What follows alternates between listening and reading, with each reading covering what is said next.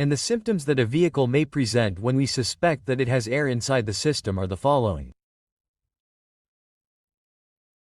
First, there may be overheating, since the engine cooling system consists of the coolant and the internal passages of the engine, as well as the hoses and the radiator, which will allow the coolant to pass through the system. So, in the engine area, there are different compartments, there are different places through which the coolant travels.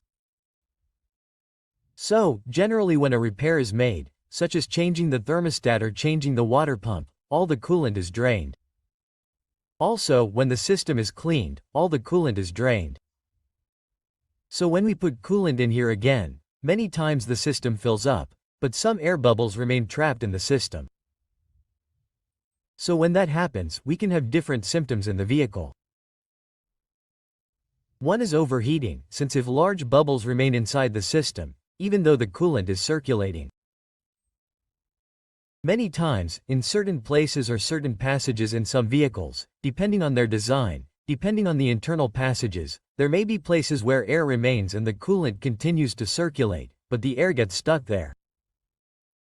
In some systems, over time, this air escapes with the vibrations and with the movement of the pump and the coolant itself. Little by little, the air escapes, reaches the radiator and is purged or exits through the radiator cap in the tank. In many vehicles, this happens, but in other vehicles, due to their design, the air often gets trapped there.